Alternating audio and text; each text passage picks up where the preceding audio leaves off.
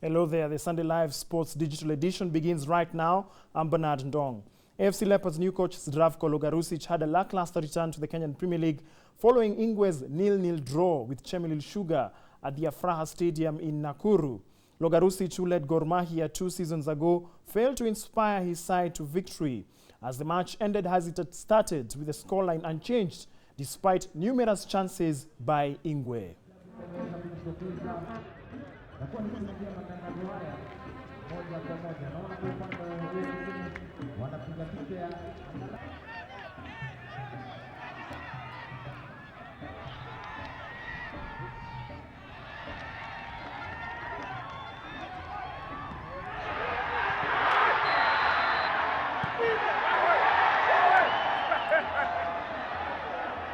At the Machakos Stadium, Sofapaka bagged all 3 points with a slim 2-1 victory over Ushuru FC.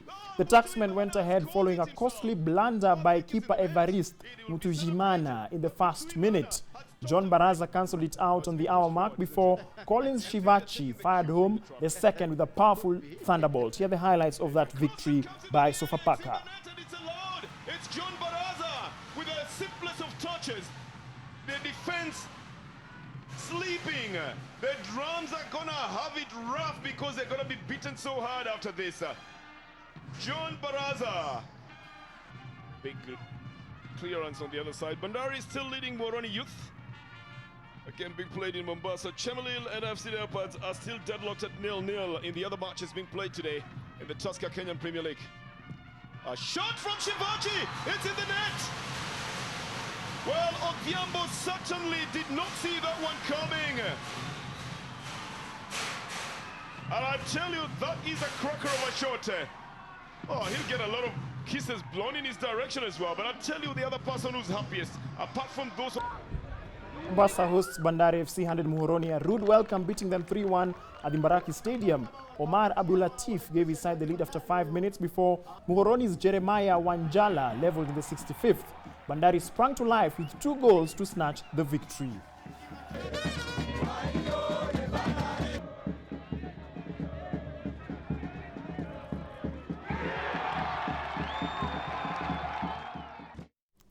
Let's cross over to Japan, where the 2014 Tokyo Marathon champion Kenyan Dickson Chumba failed to defend his title when he finished third.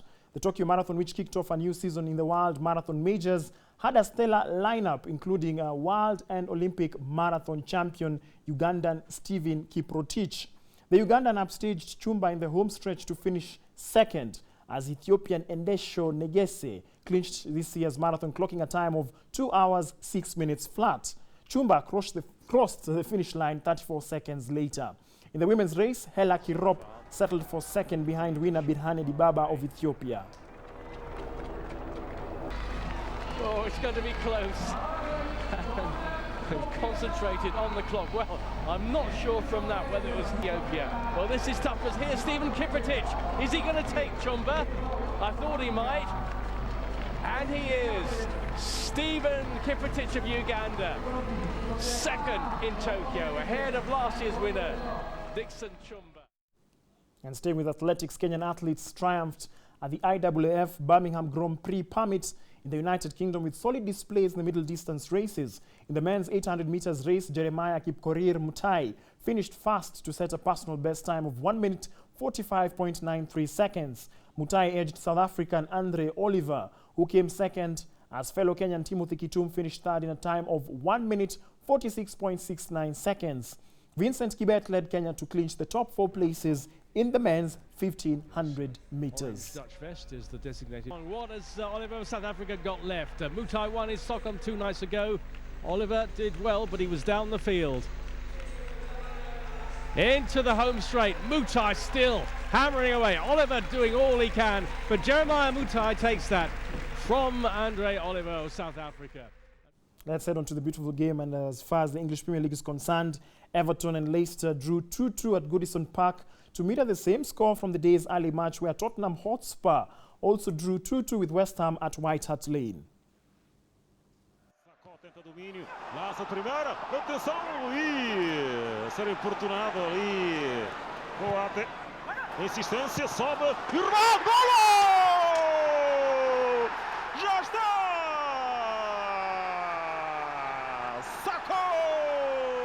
not making clear chances.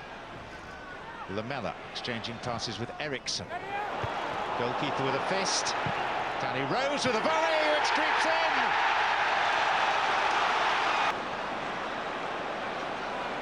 Song, I think it was, that was Arliss at Everton.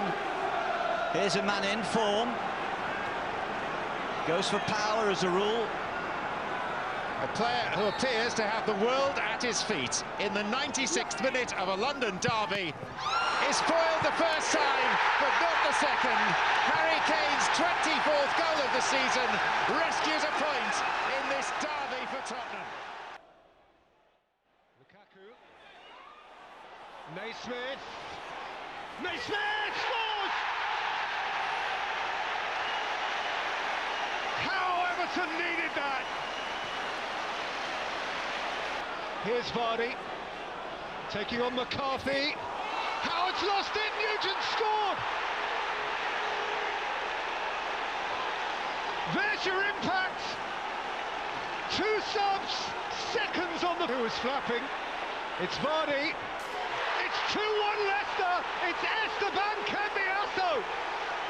Life in the bottom club. McCarthy. Atsu Lukaku! Got there in the end! Bayern Munich's Robert Lewandowski and Arjen Robben struck twice as the German champions thrashed promoted Paderborn 6-0 to open up an 11-point lead at the top of the German Bundesliga. A Polish international Lewandowski fired Bayern ahead in the 24th minute and then tapped in a Frank Ribery cut back 13 minutes later. Paderborn's fate was sealed when Florian Hatters was sent off on the hour mark and Robben converted the penalty. Ribery also got on the score sheet along with Michel Weiser before Robben notched his 16th goal of the campaign to equal his best season tally at Bayern and climb to the top of the scorers list.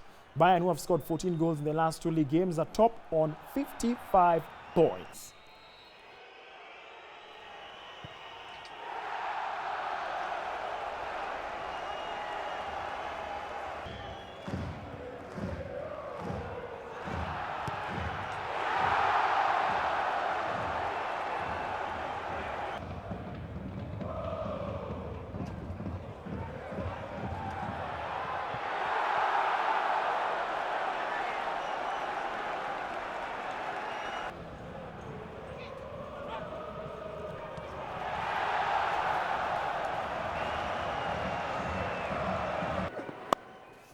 Let's move on to international cricket, where India announced themselves as genuine contenders to defend their World Cup title earlier on today by humbling South Africa's vaunted pace attack before bowling out the Proteas for an emphatic 130-run victory at the Melbourne Cricket Ground. In front of a heaving crowd of 86,000, opener Shikhar Dhawan struck a sparkling 137 runs and Ajinkya Rahane an explosive 79 to fire India to a mammoth 307 runs for the loss of 7 wickets to ensure their opponents will need a record chase at the stadium to win. In an uncharacteristically clumsy fielding display, the Proteas dropped 3 catches. And you can see there, this game was supposed to be football, but instead it looked like it was a rugby or wrestling match. After Shab Khan tangled with the visitors' Charlie Russell yesterday, he managed to tackle his opponent after reacting to that challenge.